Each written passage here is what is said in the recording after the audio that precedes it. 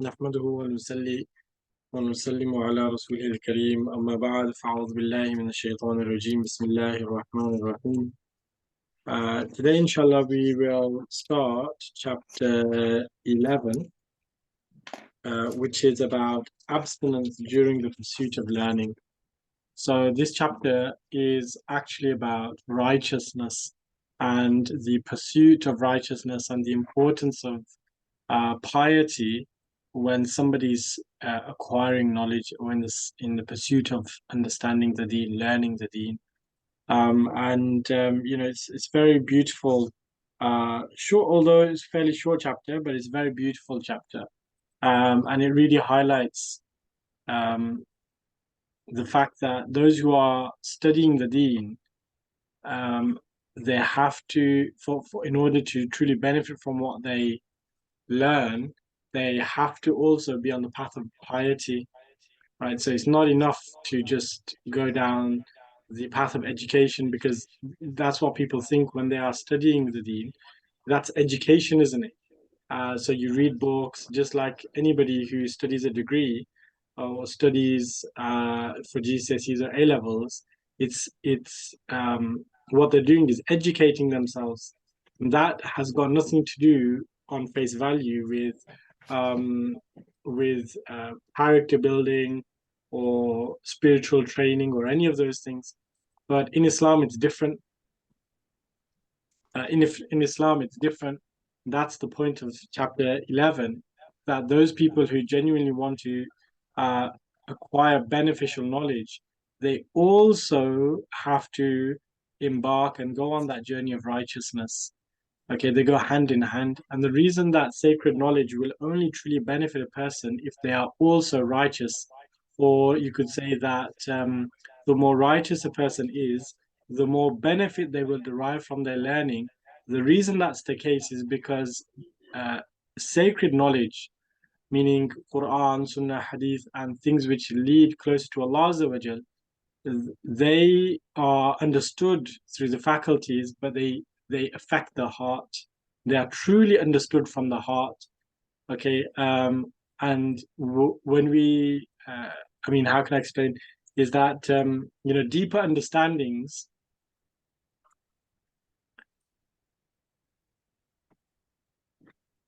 Okay, deeper understand. Can everybody hear me? Okay, hopefully that's okay. Uh, all right. If there's an echo, let me know. But deeper understanding that comes from within, and we look at, let's say, everybody can read a book or everybody can read the same verse of the Quran, but the righteous friend of Allah, the insights that they have, it's remarkable. And you might wonder, well, where do these insights come from? They come from the heart. Allah Ta'ala puts wisdom in their heart. Because their hearts are so pure, that enables them to have a unique insight into the Quran and the Sunnah. Okay, so in other words, if someone um, has an impure heart, or in the sense that they make no effort to read their prayers, they make no effort to seek forgiveness from Allah Azza wa Jal, they're not busy in good works, they're not doing the right things, and they're doing haram actions. You can even make it more clear. Someone goes out and drink alcohol and does all of the haram activities, but then at the same time they are studying knowledge. That knowledge will not benefit that person very much at all, because although they might have it in there, that will not go past the throat and certainly won't go to their heart, because their heart is not in a position to receive that sacred knowledge because it's so impure because of the haram actions. That's basically, in a nutshell, what this chapter is about. Okay, so the author, he starts by quite a very, very strong saying, and it's not a hadith, but it's just a saying of a righteous man. He says that he who does not exert abstinence while learning, Allah Almighty chastises him in one of three ways. So, in other words, if somebody studies the deen, but they engage in haram activities and don't make an effort to abstain from the world and things which are forbidden, Allah Ta'ala could punish them in one of three ways. Either He deprives him of his life during his youth, or exiles him into a far region, or punishes him by forcing him to enter the service of the Sultan. Right, so quite severe punishments, you might say. But that's how important it is, according to this one righteous friend of Allah. The more abstinent a seeker of knowledge is, the more useful his knowledge becomes.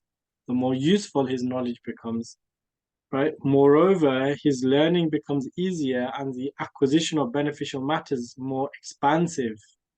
Okay, more expansive.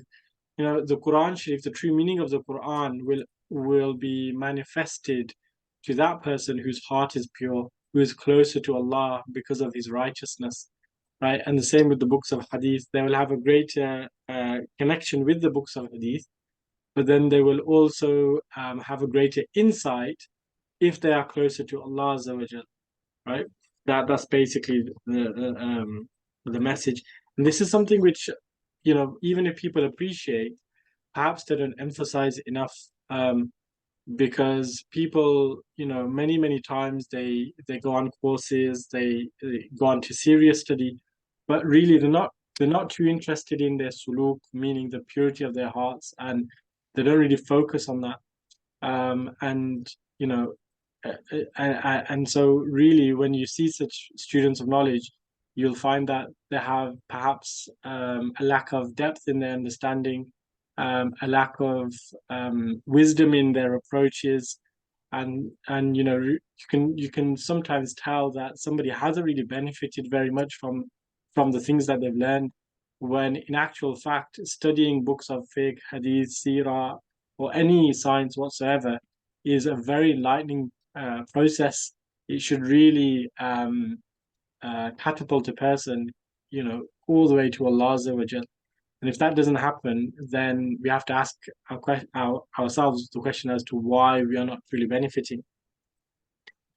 Okay.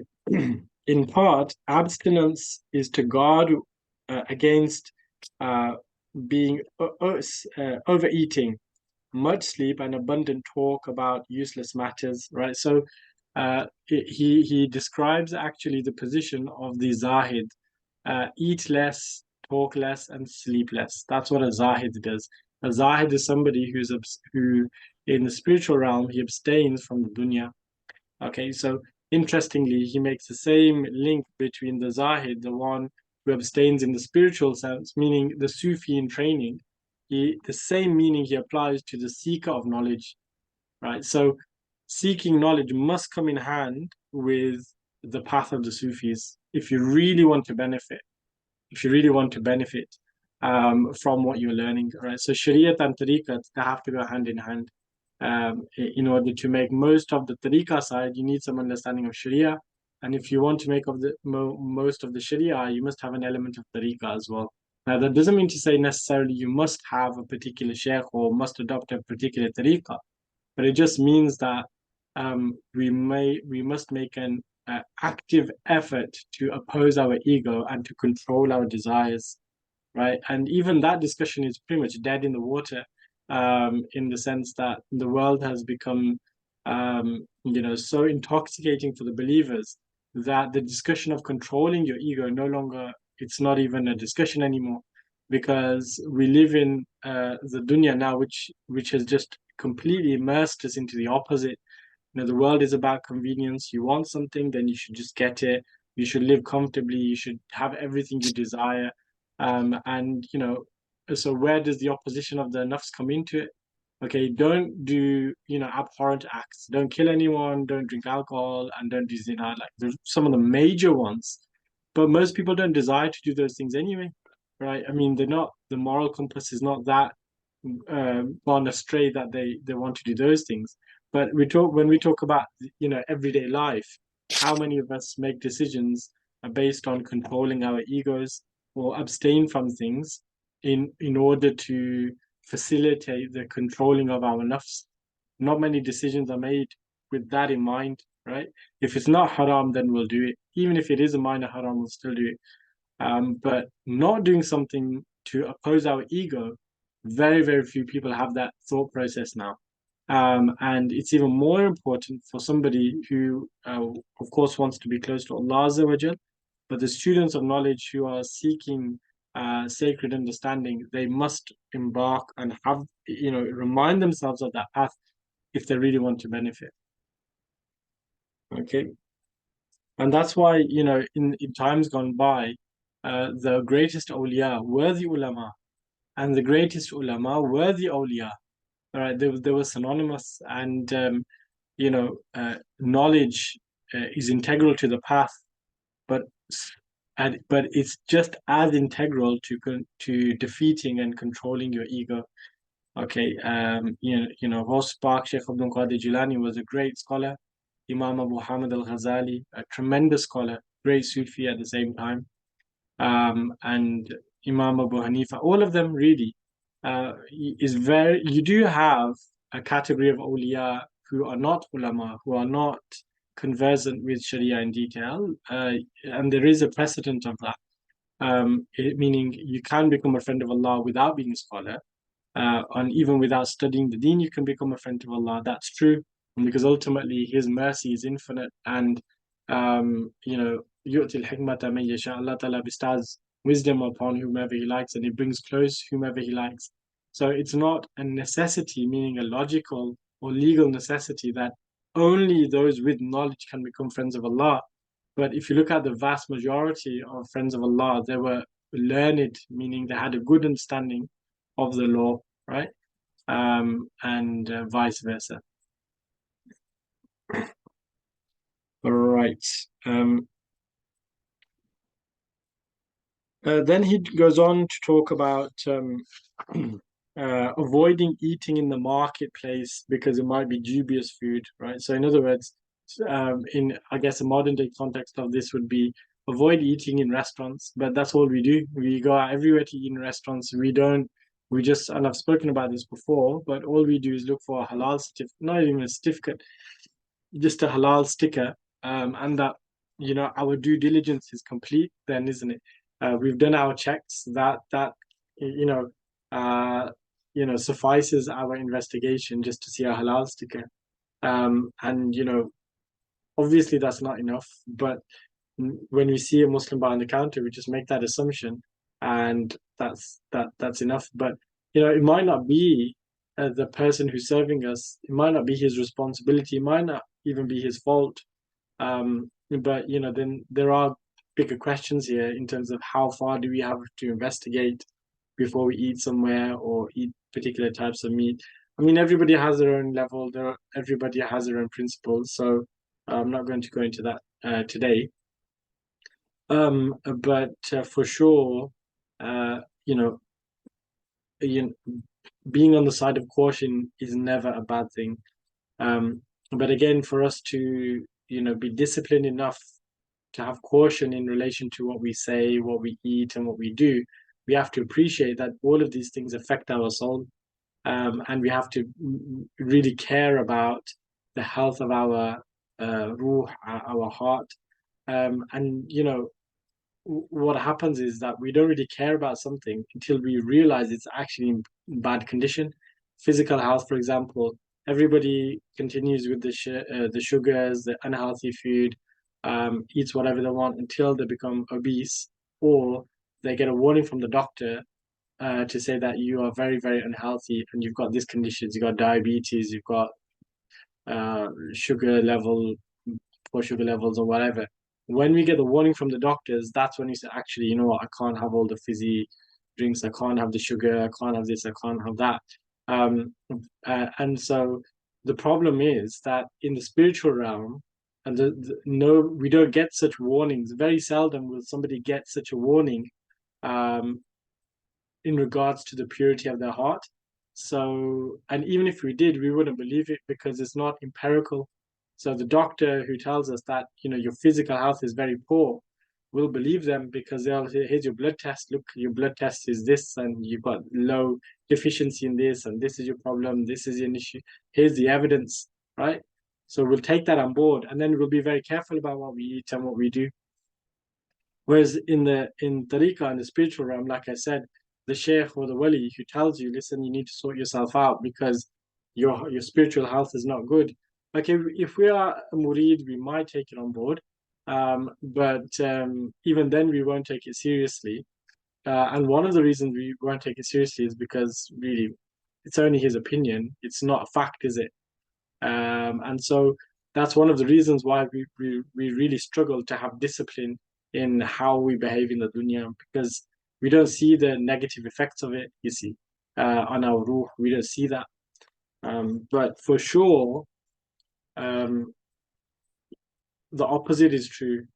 The opposite is true in that if somebody is very disciplined and embarks on the path of righteousness, reads the prayer, recites the Quran, and recites any awrad that they've been given, and is cautious in in their dealings and things like this, eventually, I promise you, they will see the delights of that righteousness, right? Meaning the inner dimensions of the heart will become manifested to that person, even if it's for a moment, even if it's, after 20 years, eventually they will have a sentiment which shows them that their efforts in traveling the path of righteousness has not been in vain, right? Eventually they will have that. Allah Azza wa Jal gives that to the believers. And if they don't have it during their life, meaning whilst they're awake, then they will see things, they will have basharas, meaning they will have glad tidings when they're sleeping. And if they don't even have that before they die, meaning on their deathbed, they will have a bashara for sure. For sure. He then talks about those students who are abstinent, who abstained from worldly desires. They were successful in attaining knowledge and in spreading their learning far and wide, such that their names shall last in the public arena until the day of resurrection. A certain educated man among the learned ascetics admonished a student, saying, "You must be on guard against slander and keeping company with those who speak bad." He further said, "He who talks much robs you of your life and wastes your time." Now, how true is that? That people who talk a lot, uh, you know, most people actually like to talk as opposed to listen, right? So the people who talk a lot about frivolous matter, they waste a lot of your time. Now, I'm not talking in a religious context if someone's discussing a matter or a personal issue, but generally, it wastes a lot of time. In being abstinent, therefore, one must avoid associating with corrupt and sinful people and those negligent of their religious duties. One must instead choose to associate with the righteous, for without doubt, proximity leaves its traces. Okay, so by keeping the company of the righteous, proximity leaves its traces. So, you know, whenever we spend time with a righteous person, it's not wasted time. Doesn't matter if you're talking to them, just sitting in their presence, just being in the same room. You will learn things, you will see things, and you will be written. And even if you don't learn anything or see any benefit, at the very least, you will be written in the book of your deeds that you sat with a righteous person and came with the intention to benefit from them. Sometimes the blessing of the righteous literally goes from heart to heart, right? So there's nothing tangible. You might be sitting in silence with the righteous person, but just sitting in silence, Allah Azza wa Jal allows the transfer of blessings from them to you just by looking at them. And sometimes you do see this where righteous people are there and those around them are just completely captivated by them. They look at them, and just through that looking at a righteous person, Allah Azza wa Jal, places delight in our hearts, and to a greater or lesser degree. And He allows light to descend in our hearts. Okay, so these are realities. I mean, do you think that the Sahaba used to look at the Messenger of Allah sallallahu alaihi wasallam and not gain anything, right? Of course, they did, just by being in the presence of the Prophet sallallahu alaihi wasallam, just by being alive at that time, seeing him sallallahu alaihi wasallam gave them the highest rank. So they didn't have to say anything; just saw him, believed in him, and they died, right? And that principle, obviously, not to that extent. Nobody's like the Messenger of Allah, but that concept of individuals having the capacity to, or rather Allah Azza wa Jal infusing people, righteous people, with that barakah that it just radiates around them. That's a reality, right? Not to that level, of course, but it's still a reality. Just like the Sahaba were with the Messenger of Allah, the inheritors of the Prophet Sallallahu Alaihi Wasallam, meaning the awliya, they radiate that blessing. And so those who are around them, they do benefit from that. Okay, so associating with good people for those who again want to obtain and attain a deeper understanding of the religion, that's very, very important. Okay. Uh, Ultimately, you will understand something, whether the outer sciences or the inner sciences, based on the capacity of your heart. If your bowl, meaning the heart, has a big capacity, then when you read the Quran, the outer meaning and the inner meaning will be commensurate. So you will have an understanding according to the size of your bowl, meaning the vessel in your heart. And to increase the capacity, there's various ways of that in terms of going through a hardship or just by divine benevolence, meaning the rahmah from Allah Azza wa Jalla. Furthermore, one should sit facing Mecca and be an adherent to the exemplary way of the Prophet ﷺ. One should also enlist the supplication of good people while avoiding that of the trespassers. Okay? So he even goes so far as to say, when we're studying the deen, we should make an effort to face the Qibla. Even that is a means through which we will benefit more from our learning just by sitting facing the Qibla, right? And make dua, follow the Prophet sallallahu alaihi wasallam, follow the Sunnah, of course, but even seeking dua of the righteous, seeking the dua of the righteous. He talks about it a bit further on, but he gives an example, which is quite a good example. He says, it is reported that two men went abroad in quest for knowledge and were companions in learning. After some years, they returned to their native land. One of them had become a legist, meaning a leading scholar, and the other had not. The jurists of the land pondered and investigated their situation. So two people went to study, both of them came back. One became a great light and a scholar, the other had not. Right? So the ulama at the time, they're thinking, why has this occurred? One has succeeded, the other has not. So they investigated their situations, their method of retaining their lessons, and how they sat when they studied. They were informed that the one who mastered sacred law had sat in a certain way.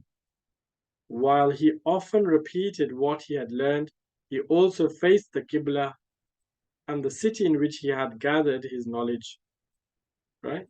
However, the other man had turned his back to the Qibla and turned his face away from the city. Right?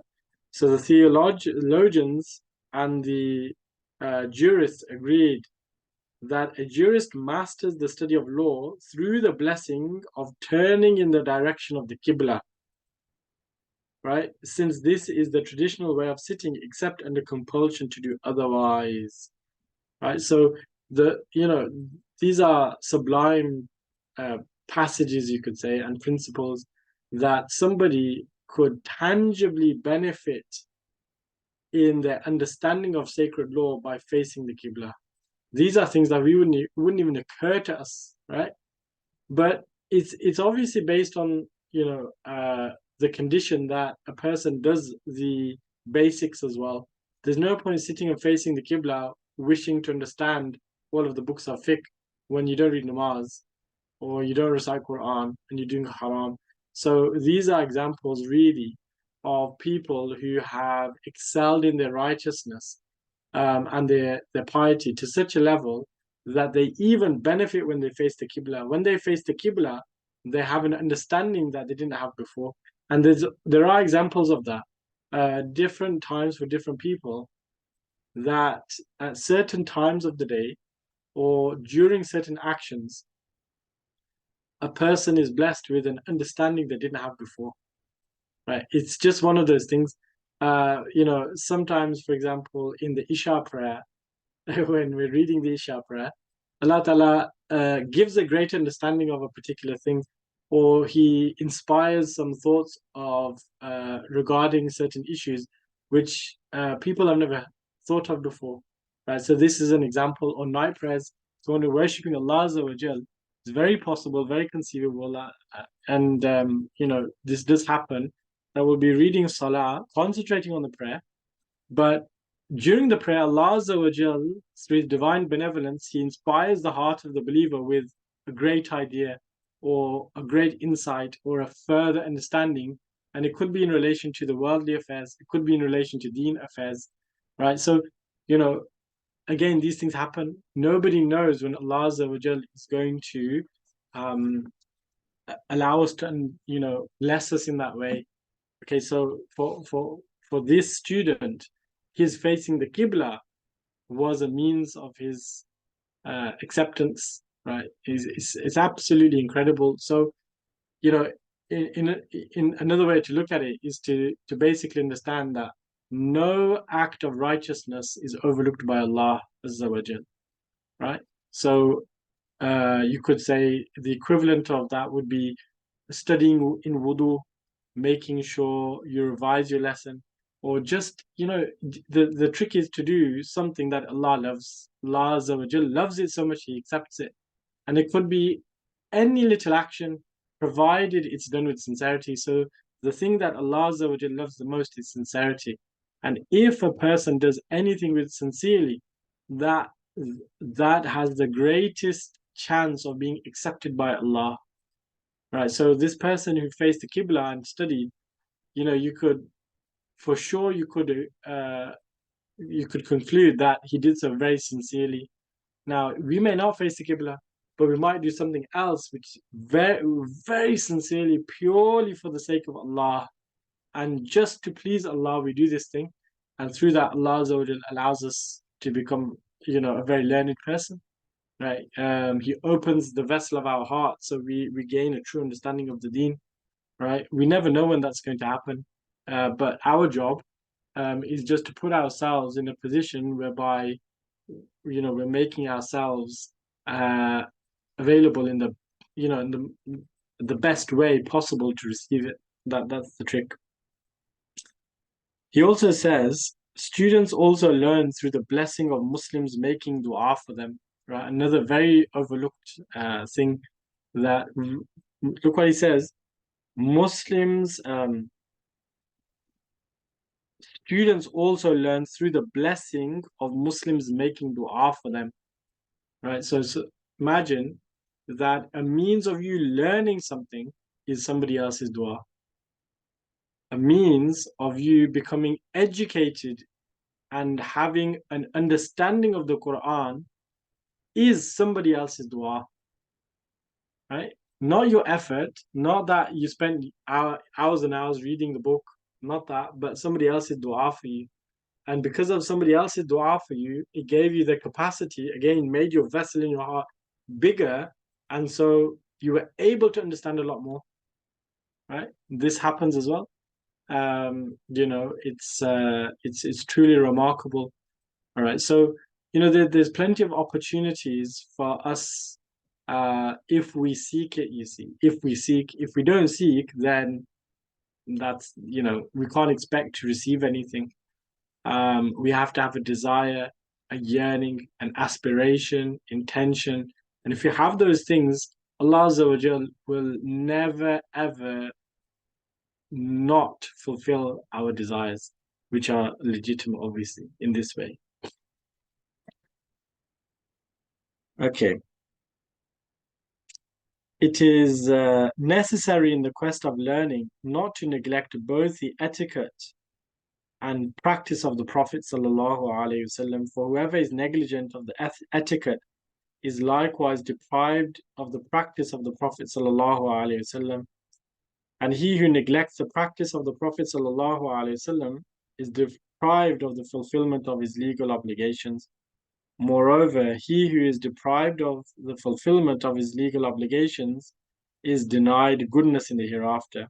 Okay, so alongside everything we've discussed, it's very important. I guess it's an extension of what we said, that not to neglect the adab and the practice of the Prophet sallallahu alaihi wasallam. It's obviously integral, as very important to what we're doing. And there's barakah in that, and that's another means through which our vessel expands. The vessel on the inside expands through following the Prophet sallallahu alaihi wasallam and being connected to him sallallahu alaihi wasallam. Okay. So it's part of righteousness to, of course, follow the Prophet sallallahu alaihi wasallam, do what he did in the way that he did it, because that is the best way. Okay. It is essential that one engage much in prayer and that the prayers be performed with humility, for this indeed helps in study and the acquisition of knowledge, right? And the acquisition of knowledge.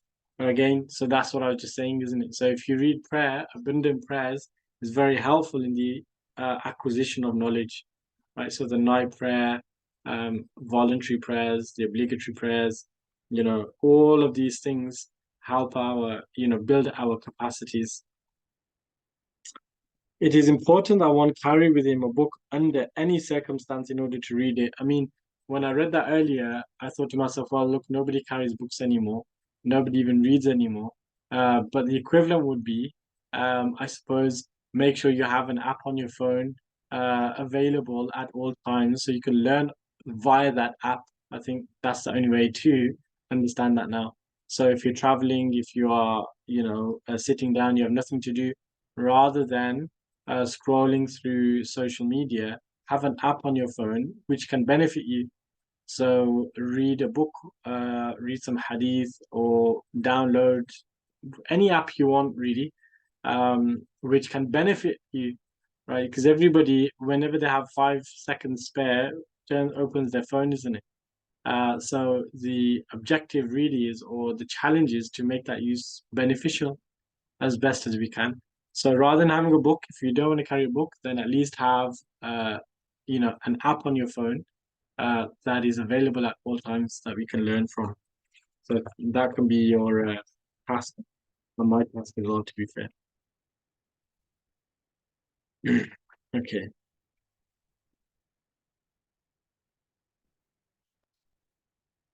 Okay, so that is the end of this lesson, this chapter. So inshallah, we will continue next week, and we have 2 chapters left, chapter 12 and 13, and inshallah, we should be able to finish next week. So Allah Ta'ala give us tawfiq to act upon what we said and complete the study of the book next week.